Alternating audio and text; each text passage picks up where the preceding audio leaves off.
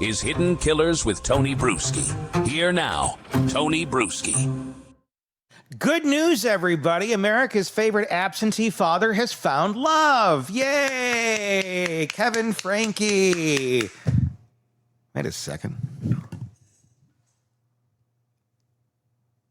Well, they look kind of alike, don't they? I don't know what that's saying, but I'm saying it might be saying something. Redemption is real. That's what Kevin Franke wrote when he announced to the world that he is getting married again. 6 months after finalizing his divorce from Ruby Franke, of course. The disgraced former mommy blogger, now serving time for aggravated child abuse. Kevin's back online, smiling in engagement photos with a new fiancé and talking about grace, resilience, and fresh starts. Aw. And listen, maybe it is a fresh start, but before we throw confetti on Facebook and call it redemption, we need to slow down for a moment and look at what he's actually moving on from. Because this isn't a story about a simple divorce. It's a story about complicity, correction, and consequences. A man who spent years inside a high-control, high-visibility machine and now wants to be seen as the guy who escaped it. Maybe he is. Let's rewind a little bit, shall we? For almost a decade, Kevin and Ruby Franke were the picture-perfect parents of 8 passengers, one of the more extreme and eventually infamous family channels on YouTube. Millions of subscribers watched them discipline, parent, and preach in ways that even back then felt harsh. A kid losing their bed and being made to sleep on a beanbag for months. That was played for content. A child being told they won't be fed lunch because they forgot their schoolwork. That wasn't just discipline, it was a vlog. Ruby was the face. Kevin was often in the background. Complicit, supportive, sometimes silent. But he was there. It's easy to forget now, but the Frankes were influencers in the original sense of the word, not because of what they sold, because of what they modeled. Their household was built on a belief system, one rooted in strict obedience, moral superiority, and a rejection of what they saw as worldly permissiveness. And they monetized that belief system every single day. That system didn't just exist on camera. According to court records, it escalated, especially after Ruby partnered with Jodi Hildebrandt, a counselor whose truth-telling philosophy has now been thoroughly discredited in open court. Hildebrandt didn't just influence Ruby. Prosecutors say she helped fuel an environment where children were isolated, controlled, and ultimately abused under the guise of spiritual correction. She was even sanctioned by the Mormon Church. Yeah. It was Ruby and Jodi who stood trial. It was Ruby and Jodi who pled guilty. It was Ruby and Jodi who were sentenced. But Kevin? Kevin was a man who lived in that house, who helped film videos, who says now that he was manipulated, misled, spiritually cut off, and eventually shut out by Ruby and Jodi altogether. That's where the legal distinction ends, and the ethical questions begin. Because Kevin was never charged. That's a fact. He separated from Ruby in 2022, a full year before the arrest. The couple's YouTube channel had largely gone silent by then. And when one of the children, emaciated, injured, terrified, escaped from Jodi Hildebrandt's house in August of 2023 and asked a neighbor for help, Kevin was not present. Even though his kids technically were. They were with Jodi and Ruby. What could possibly go wrong there, right? Why step up and be dad? Oh, yeah, Ruby told you not to. Ruby said, you go over there, I'm going to handle all this. You just go ahead, abandon your children, and or I'm going to force. Kevin doesn't seem have a strong enough personality, or didn't have a strong enough personality at the time, to stand up for his own children. That's not an opinion. That's a fact. He didn't. He didn't have contact with them for long periods of time. It was more than a year, I believe. It's because she said, no, we got to fix it this way. This is the only way to do it. And he went along with it. Maybe he's brainwashed. Maybe whatever the hell you want. I don't know. As a parent,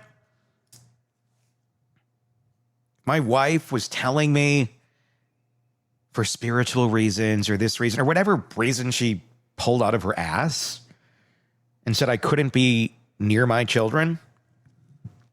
I'd probably tell her to fuck off. Kevin didn't.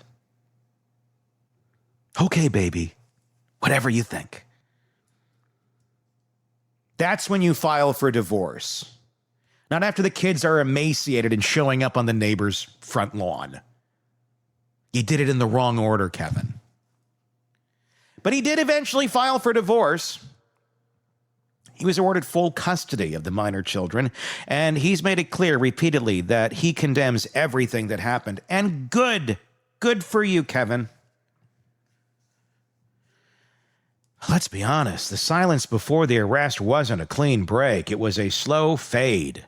Kevin appeared in videos while the parenting style intensified. He spoke on camera while Ruby her approach hardened. He was there when things were just strict. And then he wasn't when things got criminal. That's the hard to ignore part for me and a lot of people. Now, Kevin has begun to speak out, not just in posts about redemption, but in testimony before the Utah State Legislature. He backed a bill designed to protect children exploited by online content, requiring creators who make over $150,000 annually to set aside 15% for the minors featured in their videos. It gives kids the legal right to request that their childhood footage be removed once they turn 18. That bill was signed into law in March of 2025, and Kevin didn't just support it. He read statements from his own daughters on the record. One of them said their mom withdrew all her YouTube earnings. Another said she never realized how deeply her privacy had been sold off until it was too late. Kevin said that family vlogging was wrong, that children can't give informed consent, that filming his own kids was a mistake he regrets every day. And thank God, Kevin, I'm glad you do. And those statements matter. That advocacy matters. But again, it all came after the fallout, after the arrest, after the public pressure. And sometimes, you know what? You have to hit rock bottom to know you got to go up for more air. And maybe that's what happened here with Kevin. I'm trying to give some benefit of the doubt.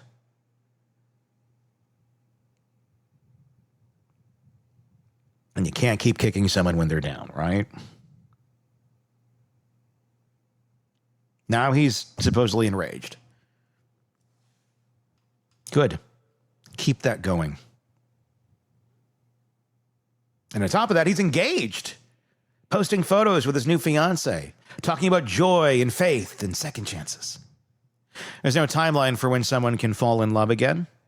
There's no rule that says 6 months after a divorce is too fast. In fact, Kevin and Ruby were emotionally separated for years. If you watch some of those documentaries, though, I would argue, through his own words, Kevin still was hoping for a comeback of Ruby. That's how I interpreted his interviews in one of the docs. But again, all of that stuff was filmed quite a long time ago. This engagement isn't a betrayal of anything recent, but it does raise a question. What's really been repaired? And what's just been replaced? Again, Kevin has a type. Because trauma survivors, and make no mistake, that's what Kevin is positioning himself as, and he likely is, often move quickly into new attachments. It's not necessarily avoidance. Sometimes it's hunger a need for safety after years of isolation, a craving for normalcy, even if the foundation underneath hasn't fully healed? It can be real. It can be good. But it can also be a shortcut, especially if the image of the new relationship becomes part of the healing narrative itself. The image. And here's where it gets uncomfortable. The new partner is already being compared to Ruby. Not just because of her appearance, which social media has pointed out looks a lot like Ruby, but because of what she represents. A new chance, a softer chapter. Come see the softer side of Sears. 10 people know what I'm talking about. A blank page that Kevin gets to write on instead of reading from someone else's script. But healing doesn't come from blank pages. It comes from revisiting the ones we'd rather rip out. And for Kevin Franke, those pages are still very public. His children's lives were content. Their punishments were monetized. Their pain was shared, sometimes in real time with millions. He can't erase that with advocacy. He can't neutralize it with a wedding. And to be clear, I'm not saying he hasn't changed or grown. I'm not saying he doesn't deserve to move forward. He does. I'm saying the only redemption that matters now isn't the ones in the Facebook post. It's the ones that happen off camera, quietly, repeatedly, without applause. Is Kevin doing that? We don't know. We do know he supported the bill. We do know he has custody. We do know he said all the right things about regret and responsibility. But the real test isn't what he says, it's how he lives. Does he center his kids, even when no one's watching? Does he protect their privacy fiercely, finally? Does he give them the right to tell their own story, or does he keep reshaping his? Because moving on doesn't mean moving past, and remarriage isn't redemption. It's just a choice, a personal one. But accountability is public. And Kevin Franke helped build the platform that hurt his kids, even if he didn't hurt them himself. That doesn't go away with a new ring, that doesn't get fixed by falling in love again. What it gets fixed by is time, boundaries, work, honesty, a deep understanding that sometimes the most redemptive thing you can do isn't start a new chapter. It's sit with the old one until the people you love feel safe enough to write their own. And only Kevin can answer that, and his family. Kevin says he's grateful for grace, and he believes in second chances. That he didn't think he'd ever feel joy again. And maybe that's true. But here's the thing about grace. It doesn't erase the past. It just gives you the chance to do better in spite of it. And let's hope he does. Let's hope for once the camera stays off and the work gets done anyway. Tell me your thoughts on this. It's his private life. I wish him the best. I'm happy he's in a better place. I'm happy we're not seeing another interview with him. That surprisingly looks like you still kind of feel like you might get back with Ruby if she said she'd love that tomorrow when she gets free. Not feeling that from getting engaged again anyway. Let's hope the woman he's getting engaged to doesn't feel that either. I wish them the best. Give me your thoughts in the comments section.